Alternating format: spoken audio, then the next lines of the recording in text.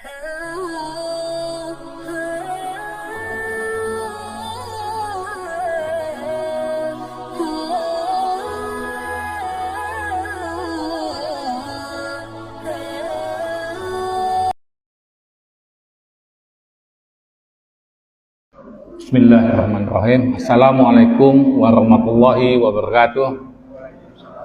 Alhamdulillahirrahmanirrahim. Wa bihi nasta'inu ala umuri waddin. Wassalatu wassalamu ala asrofil anbiya wal mursalin wa ala alihi wa sahbihi ajma'in, amma ba'du. Bapak-bapak dan ibu-ibu sekalian, pada kesempatan pertama ini marilah kita panjatkan puji dan syukur kita kehadirat Allah Subhanahu wa Ta'ala atas limpahan taufik, karunia dan hidayahnya kepada kita. Dan yang terlebih lagi, alhamdulillah kita yang dapat berkumpul di sini adalah dalam keadaan sehat walafiat dan iman yang masih kuat. Tanpa iman mungkin kita tidak akan hadir di masjid ini. Alhamdulillah dengan diiringi iman kita masih hadir di sini untuk menemui majelis ilmu. Pertemuan ketiga ini membahas kitab Riyadhus Shalihin ini bab 2, yaitu tentang taubat. Taubat, satu kata yang sangat menentukan hidup kita ini. Dapatkah kita bertobat sebelum menjelang ajal kita? Para alim ulama berkata, mengerjakan taubat itu hukumnya wajib dari segala macam dosa. Jadi taubat ini wajib bagi kita dari segala macam dosa. Jikalau kemaksiatan itu terjadi antara seseorang hamba dengan Allah Ta'ala, yakni tidak ada hubungannya dengan hak seseorang manusia yang lain, maka untuk bertaubat itu harus menepati 3 macam syarat. Nah, ini syarat untuk taubat. Pertama, hendaklah menghentikan sama sekali seketika itu juga dari kemaksiatan yang dilakukan. Jadi kita saat itu juga menghentikan kemaksiatan yang kita lakukan. Kedua, ialah supaya merasa menyesal karena telah melakukan kemaksiatan yang telah diperbuat. Menyesal, menghentikan perbuatan, menyesal. Dan ketiga, supaya berniat tidak akan kembali mengulangi perbuatan maksiat itu untuk selama-lamanya. Nah, itu ada 3 syarat untuk taubat. Jikalau salah satu dari 3 syarat tersebut di atas ada yang ketinggalan, maka tidak sah taubatnya. Apabila kemaksiatan itu ada hubungannya dengan sesama manusia, nah ini kalau sesama manusia. Kenapa? Kalau ada kesalahan dengan manusia, tidak mendapatkan maaf dari manusia tersebut, maka ini tidak bisa selesai dan itu akan kita bawa sampai kita mati. Maka syarat-syaratnya itu ada 4 macam, yaitu 3 syarat yang tersebut di atas, ditambah yang keempat adalah ialah supaya melepaskan tanggungan itu dari hak orang yang bersangkutan. Jadi kita harus meminta maaf dari yang bersangkutan apabila kita melakukan kesalahan kepada orang lain. Maka jikalau tanggungan itu berupa harta atau yang semisal dengan itu, maka wajiblah mengembalikannya kepada yang berhak tadi.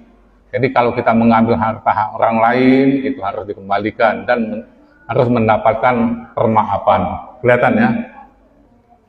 Jikalau berupa dakwan zina atau yang semisal dengan itu, maka hendaklah mencabut dakwan zina tadi dari orang yang didakwakan atau meminta pengampunan dari orang yang bersangkutan. Jadi ada 4 syaratnya, dan yang keempat ini kalau ada hubungannya dengan manusia.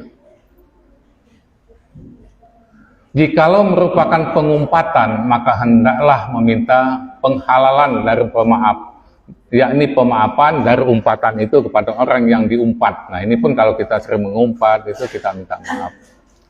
Seseorang itu wajiblah bertaubat dari segala macam dosa, tetapi jikalau seseorang itu bertaubat dari sebagian dosanya, maka taubatnya itu pun sah dari dosa yang dimaksudkan itu. Demikian pendapat para alim ulama. Nah, ini pendapat para alim ulama yang termasuk golongan ahlul haq. Namun dosa-dosa yang lainnya masih tetap ada dan tertinggal, yakni belum lagi ditaubati. Jadi itu sebagusnya semua dosa itu kita taubati. Dan dosa itu juga termasuklah. Jadi dosa itu bukan saja kita melakukan kemaksiatan, apabila kita juga tidak melakukan kewajiban kita, itu juga berdosa. Contohnya apa? Sholat. Sholat itu apabila kita tinggalkan, itu juga berdosa. Malah dosa meninggalkan sholat itu adalah lebih besar daripada dosa zina. Masya Allah. Meninggalkan sholat itu dosanya lebih besar daripada dosa zina. Jadi sangat jelaslah dalil-dalil yang tercantum di dalam kitabullah, sunnah Rasulullah SAW, serta ijma seluruh umat perihal wajibnya mengerjakan taubat. Nah ini, kalau kita tidak taubat sebelum mati kita, maka kita akan mendapatkan penyesalan. Kemudian di dalam kitab ini juga dicantumkan firman Allah tentang taubat. Yang pertama, Allah Subhanahu wa Ta'ala berfirman, ini saya ambil terjemahnya saja langsung, dan bertaubatlah, ini firman Allah, dan bertaubatlah kamu semua kepada Allah, hai sekalian orang mukmin, supaya engkau memperoleh kebahagiaan. Jadi kalau kita mau mendapatkan kebahagiaan, kita harus bertaubat. Surat An-Nur ayat 31. Ayat yang kedua, mohon ampunlah kepada Tuhanmu semua dan bertaubatlah kepadanya. Surat Hud ayat 3. Firman yang ketiga, hai orang-orang yang beriman, bertaubatlah kepada Allah dengan taubatan nasuha. Taubat yang semurni-murninya, taubat yang sebenar-benarnya taubat. At-Tahrim ayat 8. Ini firman Allah. Keterangan. Taubatan nasuha itu wajib dilakukan dengan memenuhi 3 macam syarat sebagaimana di bawah ini, yaitu semua hal-hal yang mengakibatkan adanya siksa karena berupa perbuatan dosa yang dikerjakan wajib ditinggalkan secara sekaligus dan tidak diulangi lagi. Jadi perbuatan dosa apapun itu harus ditinggalkan dan tidak diulangi lagi. Kemudian yang kedua, bertekad bulat dan teguh untuk memurnikan serta membersihkan diri itu sendiri dari semua perkara dosa tadi tanpa bimbang dan ragu. 3, segala perbuatannya jangan dicampuri apa-apa yang mungkin dapat mengotori atau sebab-sebab yang menjurus ke arah dapat merusakkan taubatnya itu. Itu adalah penjelasan dari ayat Al-Quran tadi. Kalau tadi ayat-ayatnya yang disampaikan tentang taubat, kemudian kita memasuki tentang hadis-hadis tentang taubat. Hadis yang pertama dari Abu Hurairah radhiyallahu an berkata, saya mendengar Rasulullah sallallahu alaihi wasallam bersabda, demi Allah, sesungguhnya saya itu memohon pengampunan kepada Allah serta bertaubat kepadanya dalam sehari lebih dari 70 kali. Riwayat Bukhari. Jadi satu hari itu lebih dari 70 kali. Lebih ya. Hadis kedua. Dari Agar bin Yasar Al-Muzani radhiyallahu anhu katanya, Rasulullah sallallahu alaihi wasallam bersabda, hai sekalian manusia, bertaubatlah kepada Allah dan mohonlah pengampunan kepadanya. Karena sesungguhnya saya ini bertaubat dalam sehari 100 kali. Kalau tadi 70 kali lebih, ini dinyatakan lagi 100 kali. Jadi sejalanlah hadis ini, tidak bertentangan. Kalau tadi 70 kali lebih, ini 100 kali. Riwayat Muslim. Nah ini Pak Muslim ada. Ya, ini hadis yang kedua. Minum dulu. Hadis yang ketiga dari Abu Hamzah, yaitu Anas bin Malik Al-Ansari radhiyallahu anhu, pelayan Rasulullah SAW. Katanya, Rasulullah SAW bersabda, niscayalah Allah itu lebih gembira dengan taubat hambanya daripada gembiranya seseorang yang jatuh dari atas untanya dan oleh Allah disesatkan di suatu tanah yang luas. Ini padang pasir lah gitu ya. Muttafaqun alaih. Jadi muttafaqun alaih ini lebih kuat lagi, jadi sudah disepakati hadis ini. Ini ada lanjutannya. Dalam riwayat Muslim disebutkan ini tentang betapa senangnya Allah itu mendapati apabila hambanya bertaubat ya. Niscayalah Allah itu lebih gembira dengan taubat hambanya ketika ia bertaubat kepadanya daripada gembiranya seseorang yang jatuh dari untanya yang berada di suatu tanah yang luas. Nah, ini ada suatu ceritanya. Orang tadi lalu berputus asa. Jadi orang yang jatuh dari untanya tadi berputus asa di tanah yang luas, dia mau pulang naik apa, kalau untanya tidak ada, dia putus asa, kemudian ia mendatangi sebuah pohon. Pengembara yang tadi terus tidur berbaring di bawah naungannya, sedang hatinya sudah berputus asa sama sekali dengan hilangnya unta tersebut. Dia putus asa dengan hilangnya unta itu. Tiba-tiba dia terbangun dan untanya berdiri di sisinya. Hambaku dan aku adalah Tuhanmu. Betul nggak kalimat ini? Betul apa salah kalimat ini? Ya Allah, Engkau adalah hambaku dan aku adalah Tuhanmu. Terbalik ya. Ini menunjukkan dia lupa, saking gembiranya si pengembara ini tadi mendapati untanya sudah ada lagi di sampingnya, sampai-sampai dia salah sebut. Sehingga dia menyebut, ya Allah, Engkau adalah hambaku dan aku adalah Tuhanmu. Nah, ini terbalik, saking dia lupa, jadi saking gembiranya disebutkan seperti itu. Ia menjadi salah ucap karena gembiranya. Nah, ini dari Abu Musa Abdullah bin Qais al-Asy'ari radhiyallahu anhu, dari Nabi SAW bersabda, sesungguhnya Allah Ta'ala itu membeberkan tangannya, yakni kerahmatannya, di waktu malam untuk menerima taubatnya orang yang berbuat kesalahan di waktu siang. Jadi di waktu malam Allah itu menunggu kalau ada orang yang berbuat dosa di waktu siang, dan juga membeberkan tangannya di waktu siang untuk menerima taubatnya orang yang berbuat kesalahan di waktu malam. Jadi siang malam Allah menanti kalau ada hamba-hambanya yang bertobat. Dan Allah lebih senang dibandingkan dengan orang yang sudah berputus asa tadi dan ketemu lagi dengan untanya. Allah lebih senang lagi dengan itu, kalau ada hamba yang bertobat. Demikian ini terus-menerus sampai terbitnya matahari. Jadi Allah itu terus-menerus membentangkan tangannya dari arah barat, yakni di saat hampir tibanya hari kiamat. Karena setelah ini tidak diterima lagi taubatnya seseorang hamba, riwayat Muslim. Nah, ini jadi semua yang saya sampaikan ini adalah dari kitab Riyadhus Shalihin, ini semuanya adalah hadis. Kemudian hadis yang kelima dari Abu Hurairah radhiyallahu an, katanya Rasulullah sallallahu alaihi wasallam bersabda, barang siapa bertaubat sebelum matahari terbit dari arah barat, maka Allah menerima taubatnya orang itu. Jadi sebelum, kalau sudah matahari terbit dari barat itu kan sudah tanda mau kiamat. Nah, kalau sudah terbit matahari sebelah barat itu tidak diterima lagi ininya, taubatnya. Jadi sebelum itu, ini riwayat Muslim. Ya. Keterangan uraian dalam hadis di atas sesuai dengan firman Allah dalam Al-Quran Al-Karim surat An-Nisa ayat 18 yang berbunyi, taubat itu tidaklah diterima bagi orang-orang yang mengerjakan kejahatan sehingga dikala salah seorang dari mereka itu telah didatangi kematian. Jadi kalau orang melakukan kejahatan dan didatangi oleh kematian, sudah dekat ajalnya dan ruhnya sudah di kerongkongan, tiba-tiba ia mengatakan, aku sekarang bertobat. Nah, ini tidak bisa lagi.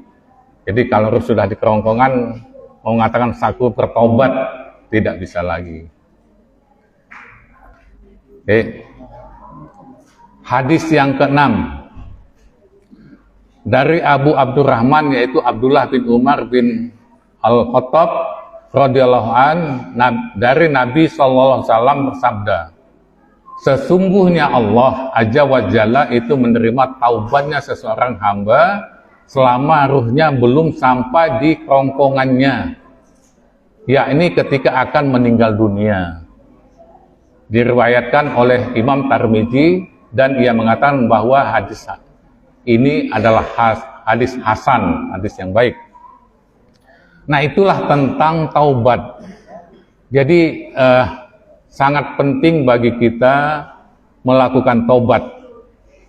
Nah, taubat itu ada ulama mengatakan, kita tidak tahu bahwa taubat kita itu diterima apa tidak, tapi ada tanda-tandanya. Tanda-tanda taubat kita itu diterima, kita dengan ikhlas tidak melakukan lagi kemaksiatan-kemaksiatan yang kita lakukan. Dan kita mengerjakan semua perintah Allah. Nah, itulah tanda-tandanya. Tanda kita tobat. Tapi kalau kita tobat masih melakukan lagi, nah itu tanda bahwa tobat itu tidak diterima. Jadi kalau kita sudah tidak lagi melakukan kemaksiatan dan kita selalu mendekatkan diri kita kepada Allah Subhanahu wa taala, itu adalah tanda bahwa tobat kita diterima oleh Allah Subhanahu wa taala. Nah, pada kesempatan ini saya akan mengajukan pertanyaan, masih sehubungan ini, nanti ada pertanyaan yang lain. Di dalam Al-Qur'anul Karim ada seseorang yang menjelang ajalnya, menjelang kematiannya, dia bertobat dan mengakui Allah. Nah, ada yang tahu nggak siapa yang dia menyatakan tobat dan mengakui aku ini adalah orang Muslim di dalam Al-Quran? Ada yang tahu? Di dalam Al-Quran ada satu amplop nih, ya satu amplop. Ada seseorang di dalam Al-Quran sudah menjelang ajalnya, dia menyatakan taubat dan mengakui adanya Allah Subhanahu wa taala, dan dia mengakui aku ini adalah orang Muslim di dalam Al-Quran. Saya hubungan dengan apa yang saya sampaikan ini. Ada yang tahu? Nggak usah sebutkan ayat, sebutkan saja namanya, nggak usah sebutkan ayatnya.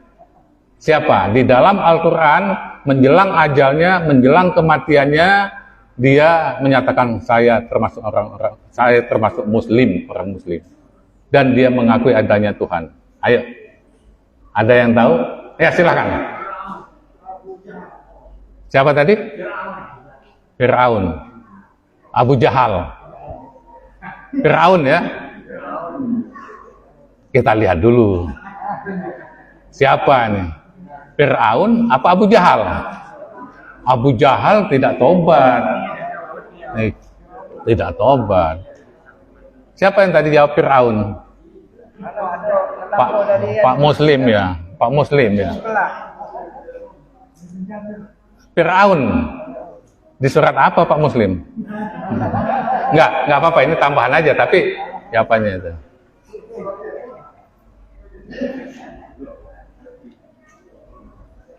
Oke. Surat Yunus ya, baik. Oke. Allah Subhanahu wa taala berfirman, dan kami selamatkan Bani Israel melintasi laut. Ya. Kemudian Fir'aun dan bala tentaranya mengikuti mereka untuk menzolimi dan menindas mereka. Sehingga ketika Fir'aun hampir tenggelam, qala amantu annahu la ilaha illallazi amanat bih Banu Israel. Nah, ini yang disampaikan oleh Fir'aun. Wa ana minal muslimin. Nah, itu yang disebut, yang diinikan oleh Fir'aun. Dia berkata, aku percaya bahwa tidak ada Tuhan melainkan Tuhan yang dipercayai oleh Bani Israel. Bani Israel ini umat siapa? Umat Nabi Musa. Bani Israel itu. Jadi sesudah ditenggelamkan oleh Allah menjelang ajalnya, baru dia berkata, Fir'aun ini, aku percaya bahwa tidak ada Tuhan melainkan Tuhan yang dipercayai oleh Bani Israel, yang dibawa oleh Nabi Musa. Wa ana minal muslimin, baru dia ngomong, dan aku termasuk orang-orang Muslim. Berserah dirilah nama Muslim itu ya. Surat Yunus ayat 90. Disampaikan oleh Allah di surat Yunus ayat 90. Satunya apa kata Allah? Mengapa baru sekarang kamu beriman?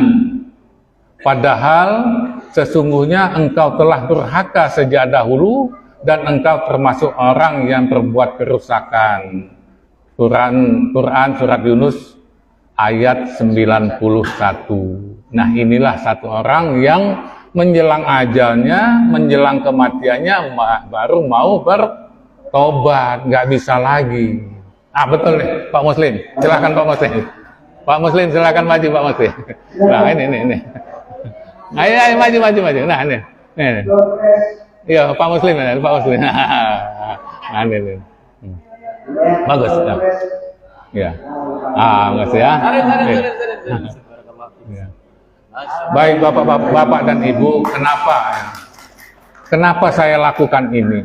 Supaya kita sama-sama memahami isi kandungan Al-Quran, Bapak dan Ibu. Jadi kalau kita memahami Al-Quran, kita tahu jawabannya. Memang ada di Al-Quran. Nah, inilah pentingnya Al-Quran itu bukan hanya dibaca dalam bahasa Indonesianya, jadi kita bukan dibaca dalam bahasa Arabnya saja, tapi kita harus memahami isi kandungan Al-Quran itu. Dan kemudian juga di masjid ini saya ada 6 waktu itu Pak Ali ya, kita beli 3. Itu ada Al-Quran, ada terjemahnya. Sebelahnya bahasa Arabnya, sebelahnya bahasa terjemahnya. Nah, itu gunanya supaya kita memahami. Nah, saya mengajak kita semua untuk memahami isi kandungan Al-Quran itu. Kalau mau ditingkatkan lagi, yang namanya Al-Quran itu ada asbabun nuzulnya. Jadi, sebab musabab diturunkannya ayat apa. Ditambah lagi, kalau lebih dalam lagi, kita itu ada tafsirnya. Tafsir Ibnu Katsir, Tafsir Al-Jalalain ada di sini, Tafsir Jalalain. Itu ayo kita baca supaya kita paham. Oke. Itu ya. Jadi itulah penyesalan dari Fir'aun yang sudah menjelang ajalnya sudah tidak diterima lagi oleh Allah Subhanahu wa taala.